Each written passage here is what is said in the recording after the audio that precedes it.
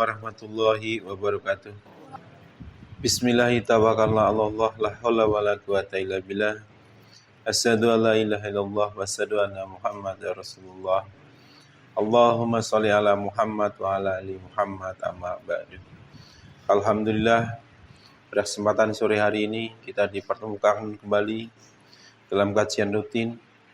Yang kali ini kita akan bahas tentang hukum Allah atau takdir Allah. Jadi bicara tentang takdir Allah atau hukum Allah itu ada dua, yaitu yang pertama hukum yang Allah takdirkan di alam semesta, yaitu dalam bentuk hukum kauniyah. Hukum kauniyah adalah hukum-hukum yang berlaku di alam semesta ini. Hukum alam, hukum gravitasi, hukum sebab akibat. Jadi semua yang berlaku di tatanan semesta alam ini adalah apa yang Allah kehendaki melalui takdirnya. Dan yang kedua adalah Al-Quran. Al-Quran adalah hukum yang diperuntukkan oleh manusia sebagai penjelasan-penjelasan mengenai hukum-hukum kauniyah tersebut, dan juga sebagai hukum dalam manusia bersikap pada Allah, pada penciptanya, kepada utusannya, kepada manusia, bahkan kepada alam semesta ini. Rasulullah SAW bersabda, Allah telah menetapkan ukuran takdir 500 tahun sebelum Dia menciptakan langit dan bumi. Jadi kalau kita ambil perumpamaan, seandainya saudara menginginkan atau ingin membangun sebuah rumah, tentu saudara akan menggambar dulu. Digambar bentuknya seperti apa, kamarnya ada berapa, kamar mandinya ada berapa. Lah nanti setelah digambar baru rumah tersebut dibangun. Mungkin nggak saudara membangun rumah tanpa perencanaan? Ya mungkin saja bikin gubuk gitu kan. Tapi tetap aja ada perencanaan kan. Allah menciptakan semesta alam ini ya itu dengan tujuan yang benar, bukan tanpa maksud dan tujuan. Begitupun kita diciptakan oleh Allah, tidak ada istilah kebetulan. Kita ada di sini karena sebuah kebetulan. Itu pemahamannya orang-orang yang percaya Allah.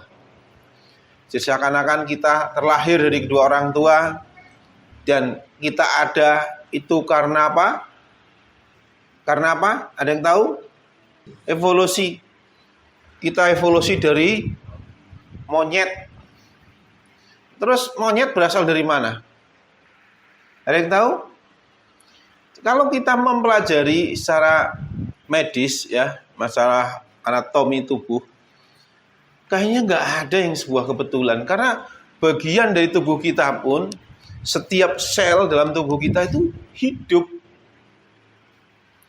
Setiap sel dalam tubuh kita itu hidup. Dan setiap sel, kalau seandainya sel itu diperbesar sebesar lapangan bola, itu di situ akan ditemukan kecanggihan teknologi. Karena sel itu digerakkan oleh apa? Glukosa yang kita makan diambil. Begitu mau masuk ke dalam sel itu ada ininya, ada sistem pengenalan ini racun atau bukan. Kalau racun ditiup sama sel, gak dimakan. Tapi kalau ini makanan diambil, begitu diambil di dalam diolah. Itu penelitian luar biasa. Itu sel di dalam tubuh kita, yang tubuh kita terdiri dari triliunan sel. Makanya seandainya saudara makan dari suatu yang haram, atau apapun itu masuk ke dalam tubuh saudara, itu sebenarnya merusak sel-sel tersebut. Jadi saudara menzolimi diri itu nggak harus menyayat-nyayat tubuh. Minum nenggak minuman keras haram. Merokok juga haram. Itu membunuh sel dalam tubuh kita. Kalau saudara udah tahu itu haram, saudara terus melakukannya, sama dengan menzolimi diri sendiri. Maka semua hal di alam semesta ini itu bukan sebuah kebetulan. Kita lahir bukan sebuah kebetulan. Bahkan ketika kita masih di dalam rahim, sebelum menjadi janin, air mani masuk ke dalam rahim, terus membuahi indung telur. Itu dari sekian miliar, itu hanya satu yang selamat, yang lain mati. Tahu nggak? Pengen tahu nggak beritanya siapa yang selamat? Ya saudara, keberadaan saudara itu hadir lahir ke dunia ini tuh karena apa? Kehendak Allah. Dari sekian miliar kok saudara yang berhasil lahir. Nah seandainya kalau semiliar jadi semua anak gimana? Ntar binimu lahir, tahu-tahu anaknya semiliar gitu, nggak usah semiliar, sejuta gitu, jadinya sejuta gitu. Kira-kira gimana? Setiap hari ngelahirin gitu. Cebong lainnya. Itulah gambaran Allah Maha Adil. Jadi ingat, keberadaan kita bukan semata-mata karena sebuah kebetulan. Kalau hari ini ada ilmuwan bilang kita karena adanya manusia itu hasil dari apa? Evolusi. Iya kan? Evolusi bukan? Dari zaman batu, zaman es, zaman batu, zaman dibagi-bagi kan?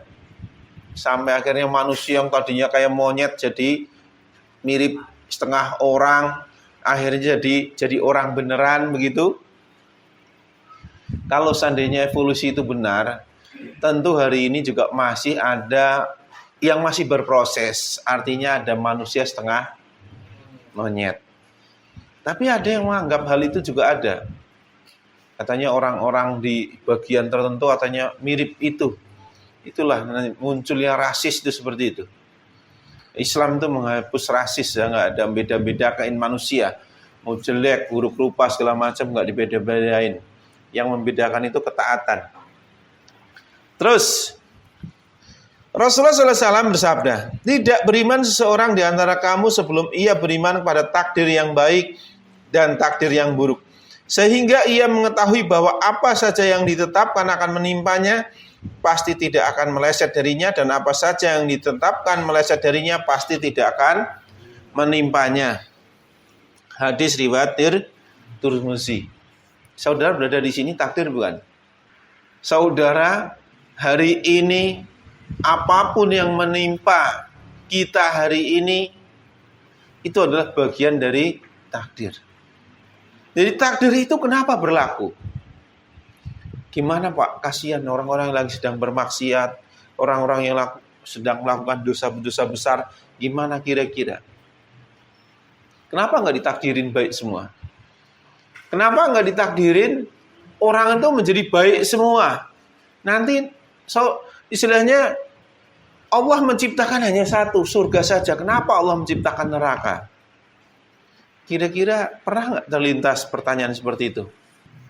Kenapa ada yang kaya, ada yang miskin, ada yang jahat, ada yang baik, ada yang benar, ada yang salah? Kenapa? Semua tidak terlepas dari takdir. Di mana takdir ini adalah sebuah timbangan, keseimbangan seseorang yang bersikap, beramal, berbuat, berucap, yang tidak mampu menjaga amal perbuatannya, itu akan bertahap demi tahap, dia akan lama-lama akan tersesat. Jadi artinya orang yang hari ini tersesat itu juga dari sebab-sebab amaliyah dia yang tidak mampu menjaga diri dari perbuatan kerusakan. Dia berbuat kerusakan sehingga akhirnya tersesat. Jadi kalau kita perumpamakan seperti wayang. dalang dan pewayangan. Siapa yang mengenal wayang atau dalang? Tokoh-tokoh pewayangan dan ngafal nggak? Wayang kulit itu ya, yang golek, yang kulit mau apa kayak itu kan intinya kan ceritanya kan udah baku ya kan?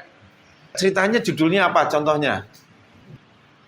Contoh Petruk jadi raja gitu kan? Itu mau 100-200 dalang juga judulnya sama, pemerannya sama, pelakunya sama, juga kayak gitu-gitu aja. Paling kosakatanya lucu atau enggaknya itu aja. Pewayangan dari dulu ya alur ceritanya itu aja. Enggak berubah. Seandainya kita diperlakukan seperti itu sama Allah, kira-kira Allah zalim enggak? Saudara lahir untuk masuk neraka, mau enggak? Saudara lahir untuk masuk surga, mau enggak? Iya, kasihan yang mau masuk neraka loh, ditakdirkan masuk neraka. Jadi ibaratnya memang benar, perumpamannya hampir mirip, tapi tidak mirip sama sekali. Jadi kalau kita yang sudah ditentukan tuh jalan takdirnya, Allah sudah menetapkan di akhir zaman ada 73 kelompok atau golongan. 73 golongan. Ada orang yang jadi pengikut Dajjal, ada orang pengikut Ya'juj, ada orang yang antagonis, protagonis, semua itu sudah tertulis. Peperangan demi peperangan juga sudah tertulis.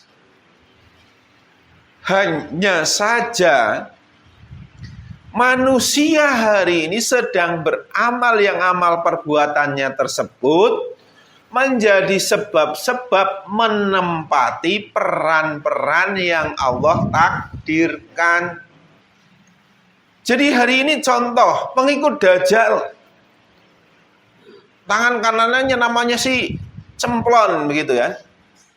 Si Cemplon ini siapa yang akan menjadi peran Cemplon ini? Tangan kanannya Dajjal. Ya pastinya orang yang paling banyak berbuat kerusakan.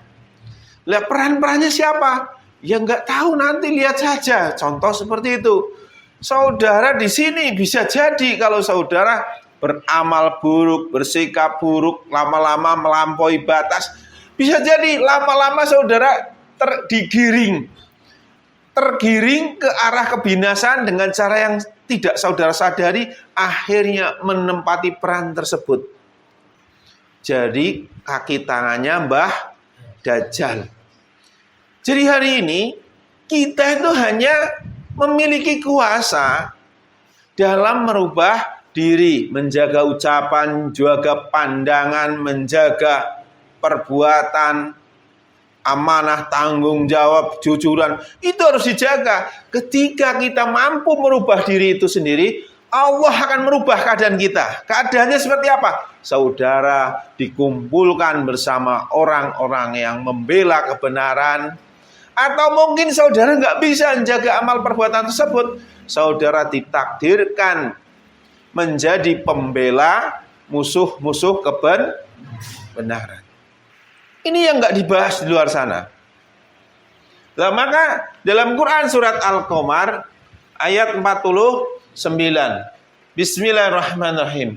Sungguh kami menciptakan segala sesuatu menurut qadar atau ukuran.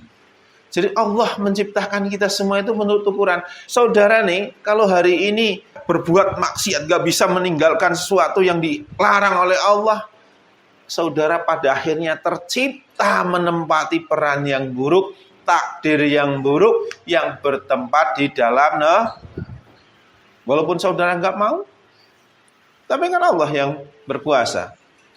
Takdir itu ada dua, qada dan qadar. Kalau qada adalah ketetapan Allah sebelum Allah menciptakan semesta alam, yaitu seperti apa? Ya tadi kita bahas ya, semesta alam ini, saudara bangun rumah, jadi itu butuh perencanaan. Nah, makanya di dalam Quran disebutkan tentang mulkiyah Allah meliputi apa saja. Mulkiyah itu apa? Kerajaan Allah. Kerajaan Allah itu langit dan bumi, semesta alam ini, dunia dan akhirat. Itu kerajaan Allah. Makanya kalau bilang kerajaan Allah itu hanya meliputi suatu kaum, negara, itu sangat kecil. Menyekutukan Allah itu sama saja.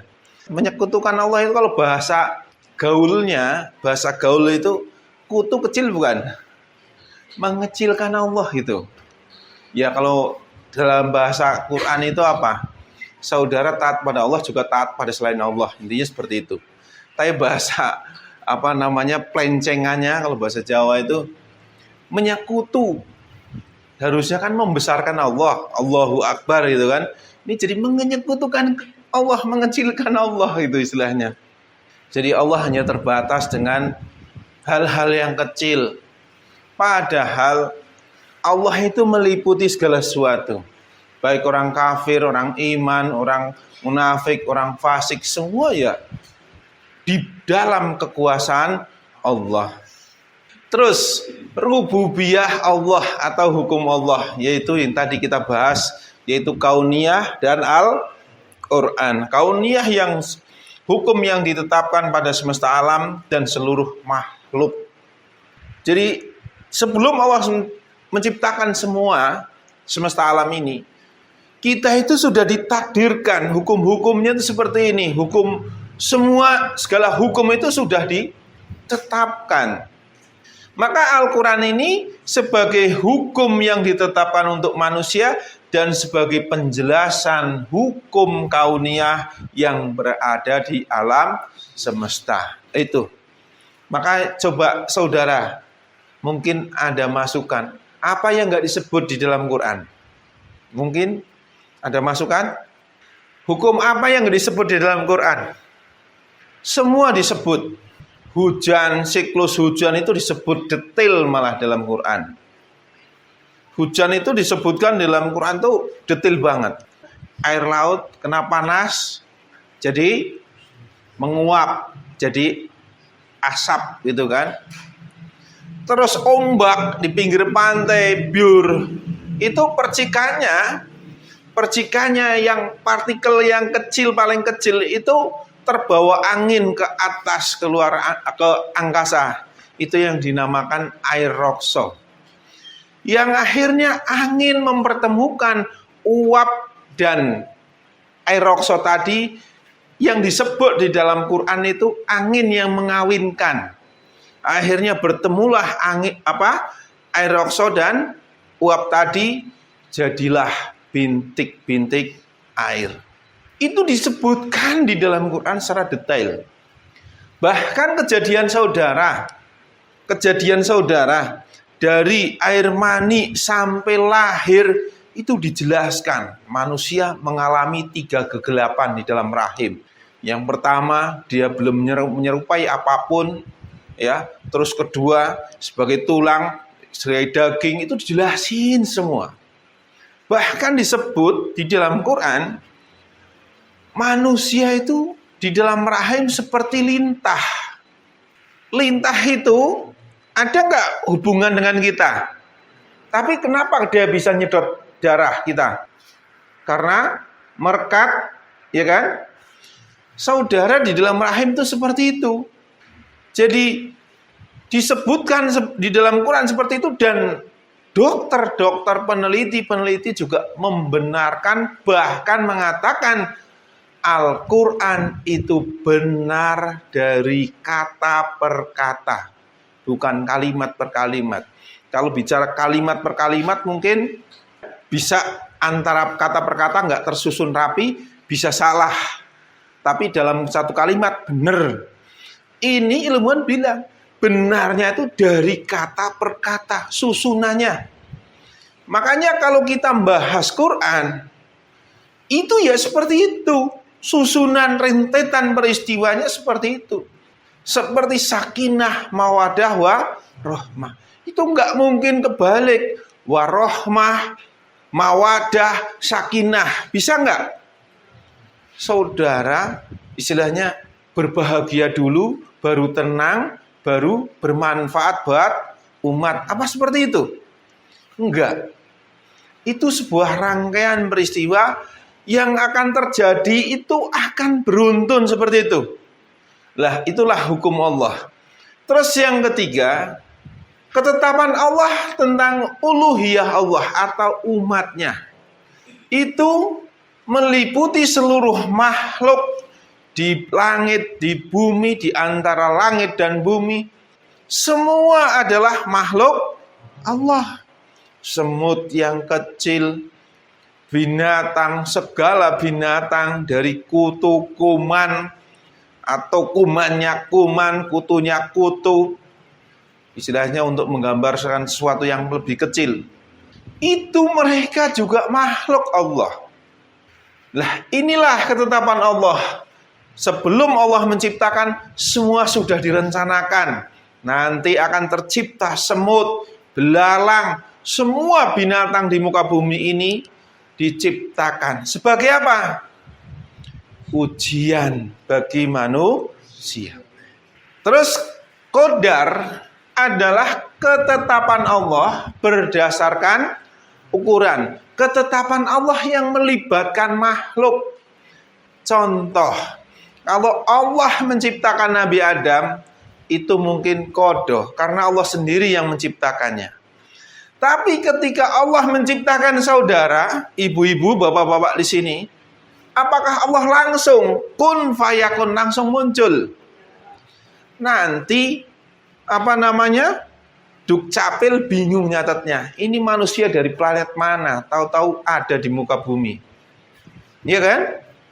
Itu keberadaan saudara, kelahiran saudara itu diciptakan oleh Allah melalui takdir qadar, yaitu berdasarkan ukuran yang melibatkan dua orang, antara istri dan suami, yang akhirnya lahirlah Anda. Jadi bukan orang tua kalian yang menciptakan saudara, tapi Allah menciptakan saudara melalui kedua orang tua. Itu seperti itu.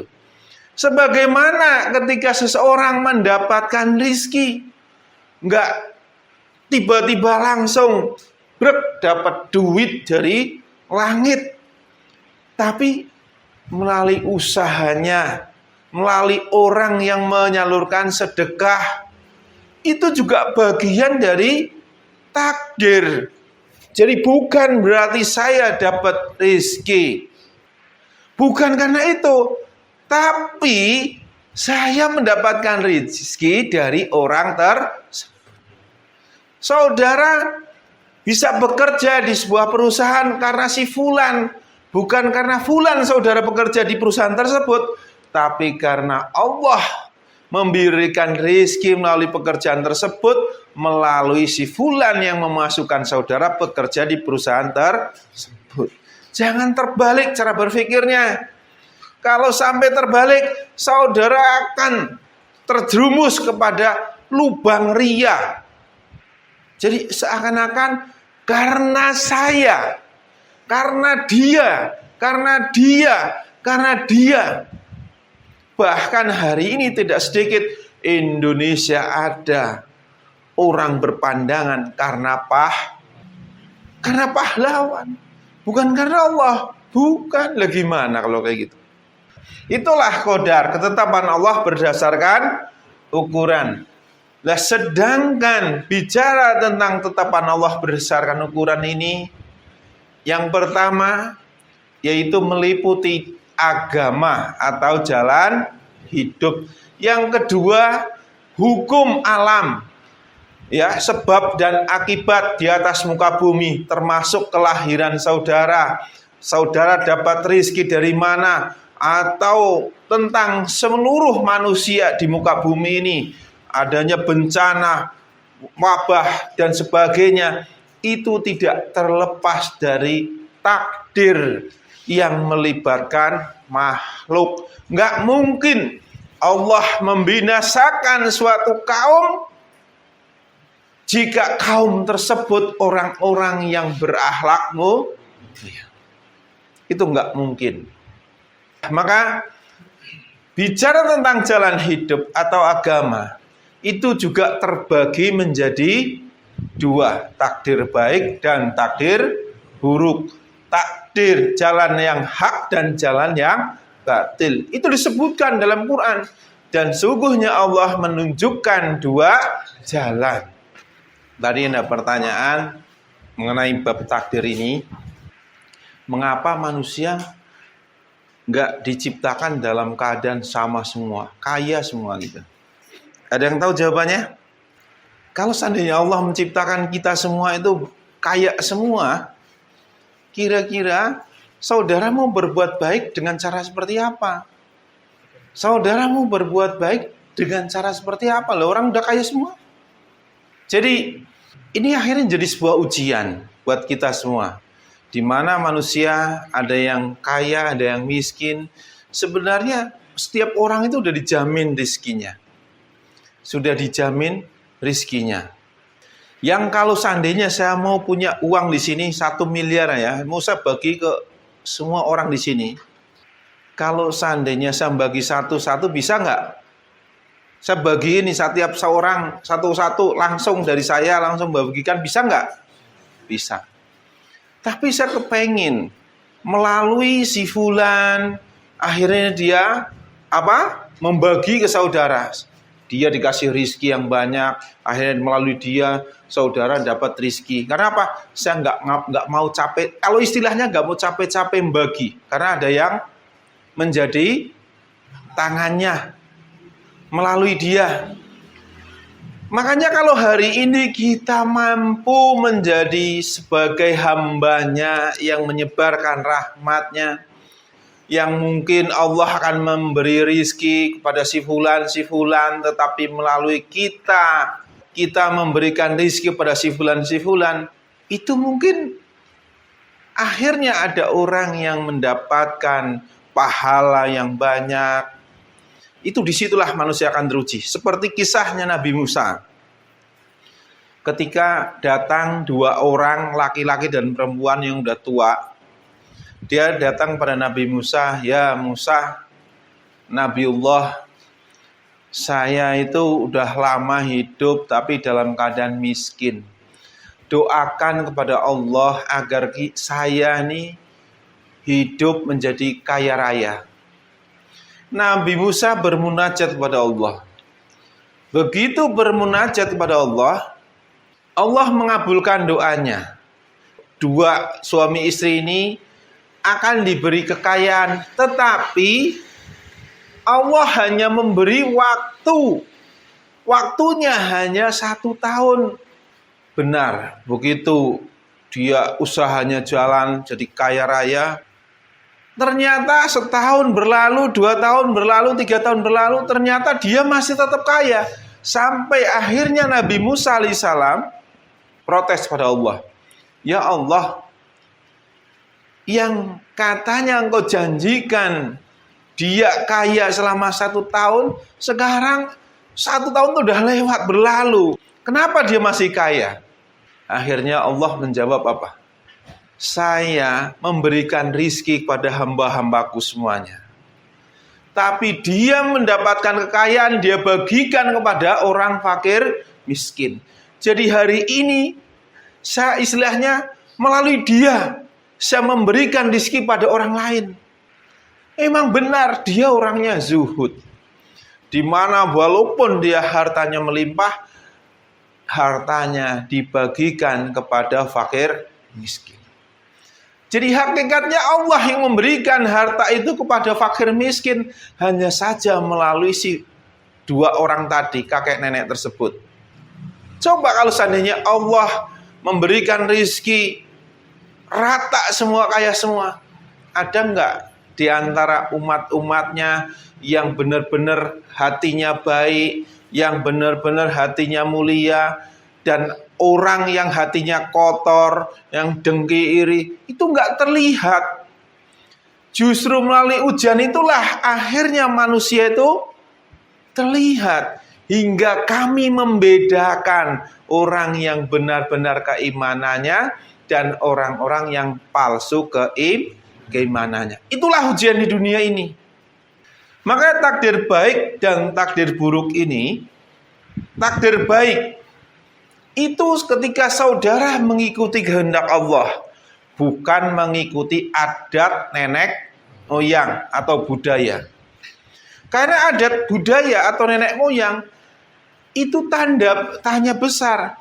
Kalau yang diikuti orang tuanya beriman, orang yang soleh, bisa saja dia mendapatkan petunjuk berdasarkan wahyu. Tapi kalau nenek moyangnya tersesat, orang tuanya tersesat, dia mendapatkan petunjuk dari adat nenek moyangnya, yang nenek moyangnya mengikuti hawa nafsu.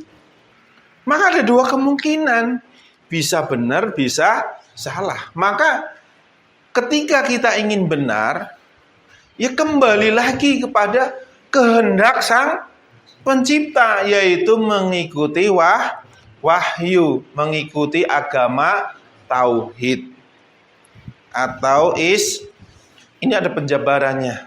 Inilah proses keislaman sampai damai, selamat dan sejahteranya kita. Sedangkan ketika saudara mengikuti jalan yang batil, itu mengikuti kehendak bebas. Jalan yang batil pun ada juga yang mengikuti nenek moyang. Kalau nenek moyang dapat petunjuk, ya dapat petunjuk. Ini ada dua kemungkinan di sini. Disinilah kehendak bebas yang dinamakan musyrik, yang mengikuti hawa nafsu, yang pada akhirnya ketika seseorang mengingkari ajaran tauhid akan menjadi kafir, munafik, dan fasik. Ini adalah jalan menuju neraka. Dan alam semesta ini, bumi ini, itu merespon agama manusia. Kalau manusianya jalan hidupnya batil, akhlaknya rusak, kepribadiannya rusak, maksiat, zina, semua jalan terus, bumi ini pun akan menjadi rusak. Berapa banyak hadis yang menerangkan lautan ingin menenggelamkan manusia, bumi juga ingin menenggelamkan, langit juga ingin runtuh, menimpakan orang-orang kafir. Itu banyak. Jadi ketika takdir baik, manusia-manusianya bersikap baik, beramal baik, maka akan menjadi rahmatan lil. Jadi keberadaan umat yang bertauhid pada Allah, yang Islam, yang damai, selamat, dan sejahtera itu pada akhirnya akan menjadi rahmat bagi semesta alam. Itu wabah, bencana alam, gempa bumi, gunung meletus, itu sebuah tanda di mana masyarakat atau umat manusia kebanyakan mengalami kerusakan. Nah, sementara diutusnya utusan tersebut, Allah tidak akan menimpakan bencana, ya, kecuali Allah sudah mengutus utusannya. Itu berhubung kait. Jadi bukan masalah istilahnya gempa bumi, wabah, bencana itu tandanya utusan itu mau muncul, bukan. Tapi tandanya manusia mengingkari utusan Allah. Hukum atau takdir Allah akan agama atau jalan hidup bagi manusia. Kalau kita bahasan bab tauhid itu hampir sama. Jadi syariat tauhid itu memiliki tingkatan. Sebagaimana Allah mengutus utusannya, nabi dan rasul, atau seiring manusia yang tadinya Nabi Adam dan istrinya setelah punya anak menjadi sebuah keluarga, setelah keluarga itu menjadi banyaknya keluarga menjadi sebuah kaum, banyaknya kaum menjadi sebuah bangsa, setelah banyaknya bangsa menjadi sebuah tatanan dunia, atau orang menyebutnya sebagai khilafah, atau hari ini katakan PBB, Persatuan Bangsa-Bangsa, seperti itu. Syariat Islam, syariat tauhid itu terus mengalami perkembangan seiring waktu. Maka kita bahas dari yang kecil dulu. Hari ini banyak orang menjadikan syariat tauhid atau menjadikan agama untuk menggapai kekuasaan, untuk menggapai tahta, Sehingga mereka memperjuangkan bukan karena Allah, tapi karena perhiasan dunia. Nah, kita akan bahas dari yang paling kecil dulu.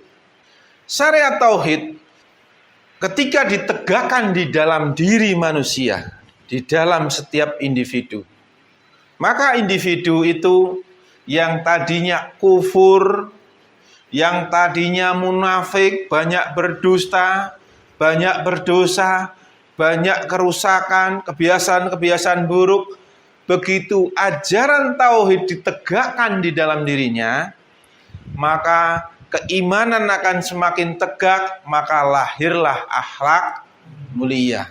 Lahirnya akhlak mulia itu bicara tentang seseorang yang mampu bersikap jujur, bersikap amanah, sidik, kunah, dan lain-lain, tawadu dan sebagainya. Ibarat kata, akhlak mulia adalah buah dari sebuah proses keimanan, atau buah dari sebuah ketauhidan yang ditegakkan di dalam setiap individu. Maka kalau saudara di sini mengikuti ajaran tauhid, setidaknya tegakkan ajaran tauhid dalam diri, yaitu tegakkan akhlak mulia. Jujur itu apa? Jangan berdusta. Sekecil apapun, walaupun saudara bercanda, tidak boleh berdusta. Itu jujur. Amanah, tanggung jawab.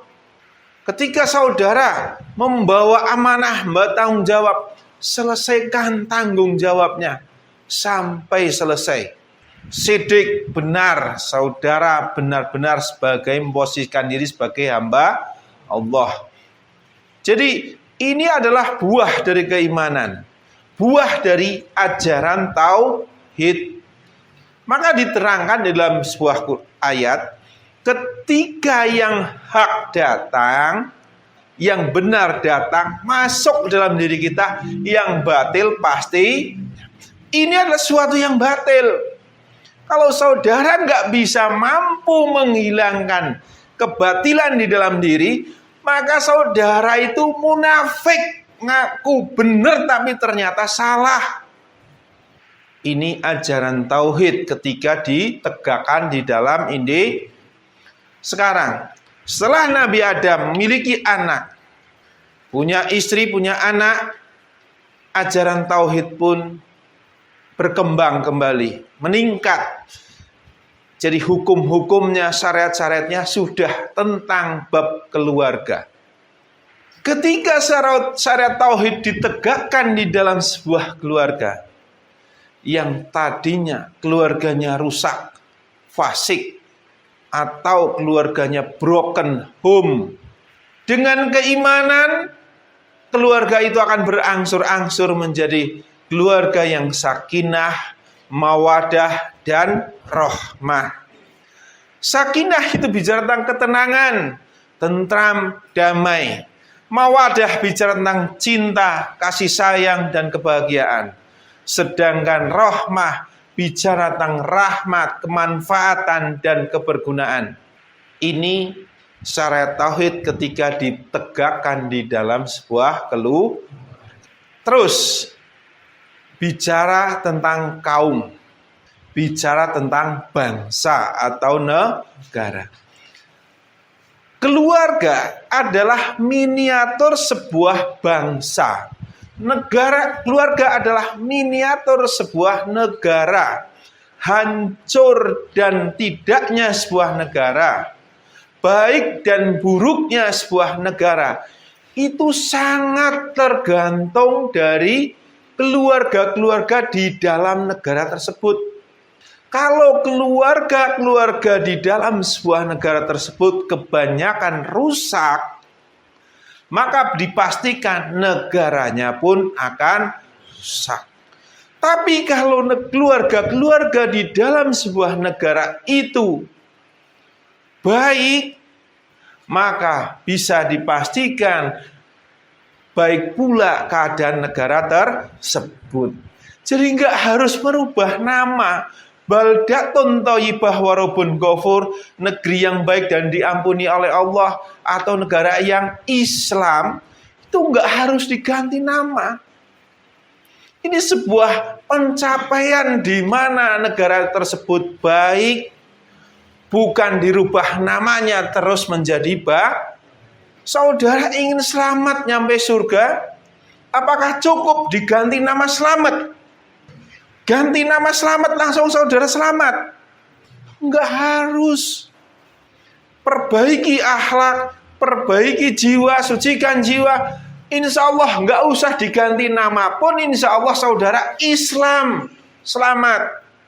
Jangan kita bicara tentang bumi, bicara tentang rahmatan lil alamin, bicara tentang rahmat bagi semesta alam. Dalam sebuah negara saja sudah kacau balau. Jangan bicara tentang sebuah negara atau kaum, urusan keluarga aja masih berantakan.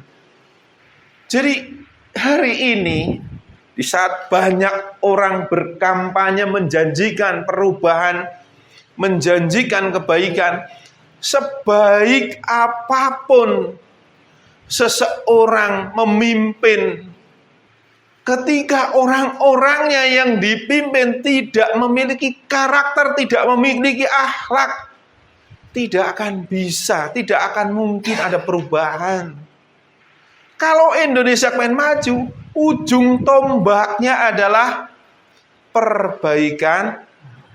Kalau Islam atau ajaran tauhid ini sudah bukan lagi ajaran perbaikan akhlak, walaupun Islam jadi mayoritas di Indonesia, tetap saja Indonesia akan kacau balau.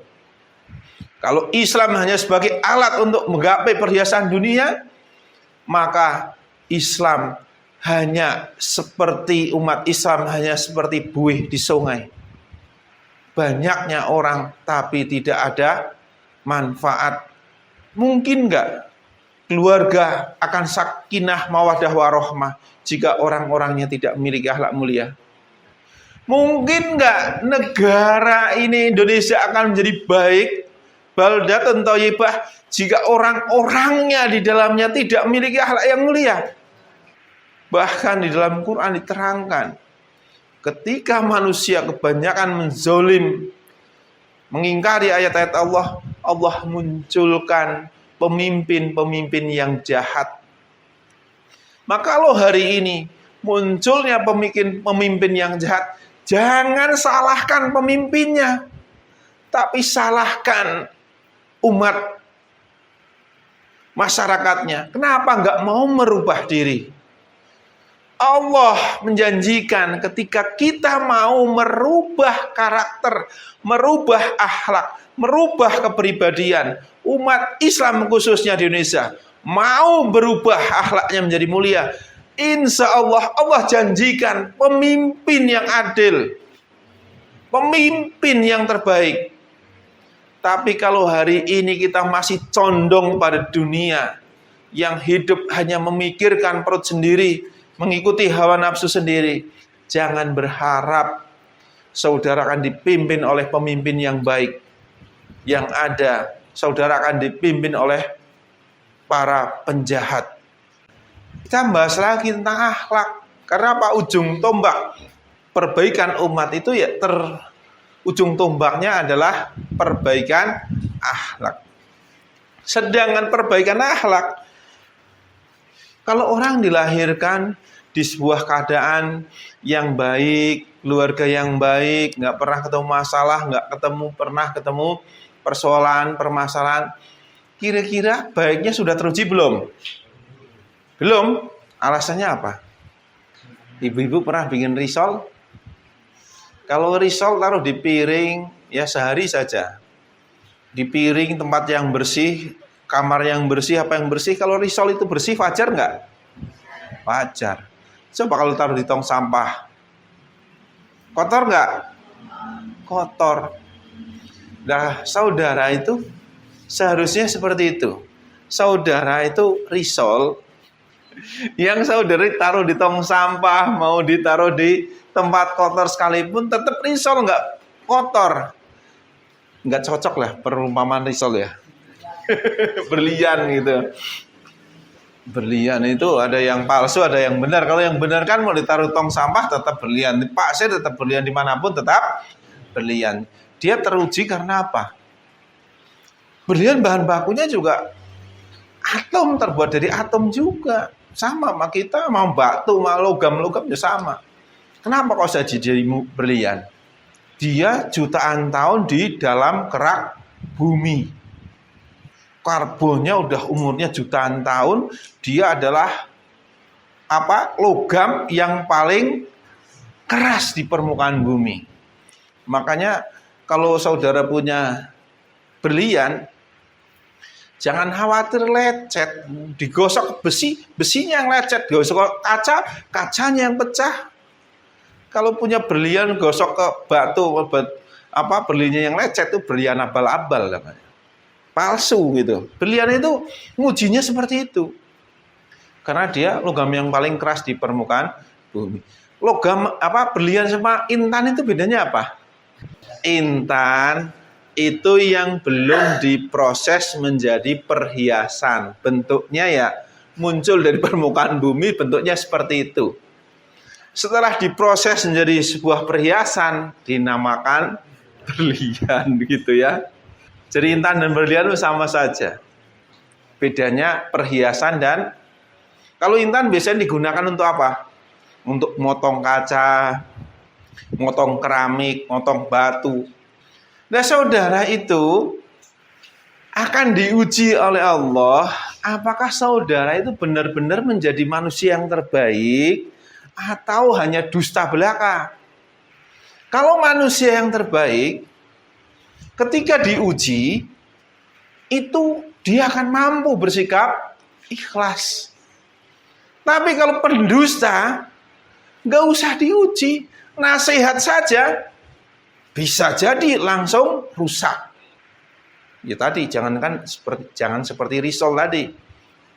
Jatuh ke debu nempel. Jadi, ini bicara tentang hukum. Hukum tentang akhlak. Saudara, ini memiliki sikap ketika saudara teruji atau dizolimi oleh orang atau ada orang yang membunuh keluarga saudara. Saudara membalas, itu boleh. Saudara sabar, itu berpahala. Saudara ikhlas, saudara dapat ampunan. Contoh, ketika saudara membalas. Yang terakhir, yang paling dasar, ketika saudara marah, melampaui batas, ya, walaupun saudara terzolimi, tapi karena saudara melampaui batas, maka saudara tetap berdosa. Tapi ketika saudara kisos, ya, kemarahannya tidak dilampiaskan melampaui batas, tetapi saudara hanya menuntut sebagaimana saudara diperlakukan zolim oleh orang tersebut, sepadan, maka tidak berdosa dan tidak berpahala. Nah terus, contoh keluarga kita ada yang meninggal. Karena yang meninggal suaminya, dia meninggalkan anak yang banyak, akhirnya dari pihak keluarga minta diat. Kalau kisos, nggak dapat diat. Minta diat, ganti rugi uang. Karena apa? Untuk menopang anak keluarganya. Jadi dapat diatnya kemana? Apa ke Amirul Mukminin? Enggak. Diatnya ya ke korbannya. Yaitu orang yang teruji. Setelah dapat uang sekian miliar contoh. Saudara tidak boleh menuntut kisos karena saudara sudah mendapatkan diat. Mendapatkan uang. Saudara tidak berdosa dan tidak berpahala. Pak, saya pengen sabar. Walaupun saya belum mampu memaafkan, tapi saya berusaha untuk sabar. Insya Allah, Allah akan memberikan pahala kepada saudara. Apalagi ketika saudara mampu ikhlas memaafkan, maka Allah akan mengampuni dosa-dosa saudara. Dari sekian rentetan, saudara berada di mana ketika saudara diuji oleh Allah? Itu menentukan seberapa tinggi akhlak saudara di sana. Kalau saudara belum mampu ikhlas, masih ada kesempatan untuk mendapatkan pahala, yaitu sabar. Kalau saudara tidak mampu berbuat sabar, bolehlah kisos, membalas, tapi tidak berdosa dan tidak berpahala. Tapi kalau saudara sampai marah, maka di dalam hadis banyak yang menerangkan, jika seseorang diuji dia marah, maka Allah akan marah padanya. Yang tadinya Allah mencintai dia, Allah akan membenci dia. Ini ujian. Maka bagi pelakunya ketika dia diperlakukan kisos atau dia atau segala macam, dia juga memiliki sikap ini. Kalau dia marah, dia akan dapat azab. Kalau dia sabar, dapat pahala. Kalaupun dia ikhlas, dapat ampunan. Karena intinya ketika dia dikisos, seseorang membunuh karena tidak sengaja atau apa, terus dia pihak keluarga minta dibunuh juga yang membunuh, itu juga ampunan buat pelakunya. Kalau dia ikhlas. Jadi hukum Islam itu hukum keseimbangan, hukum yang indah. Jadi nggak ada ngambil keuntungan. Apa keuntungannya? Nggak ada keuntungan. Karena apa? Jadi hanya memutuskan perkara tentang dua orang yang berbuat zolim dan yang terzolimi. Yang agar keduanya itu damai. Itu hukum Islam. Bukan hari ini. Istilahnya, seandainya Rasulullah dahulu, istilahnya orang pelaku-pelaku dosa bayar diatnya, langsung diambil Rasulullah pada Nabi atau apa, kaya raya. Hari ini orang berbuat dosa, penjara, bayar duit, tebus duit, yang makan duitnya siapa? Jadi banyak pemimpin yang makan dosa umatnya hari ini ya. Nah ini bicara tentang hukum Allah bab akhlak. Maka orang-orang yang sabar, ikhlas, dia bersikap muslim, pasrahkan diri pada Allah, maka pelakunya akan dikembalikan pada Allah. Terserah Allah yang akan membalasnya. Demikian tadi apa yang bisa saya sampaikan. Ada salah kata dari pribadi saya, benar dari Allah. Saya akhiri. Wassalamualaikum warahmatullahi wabarakatuh.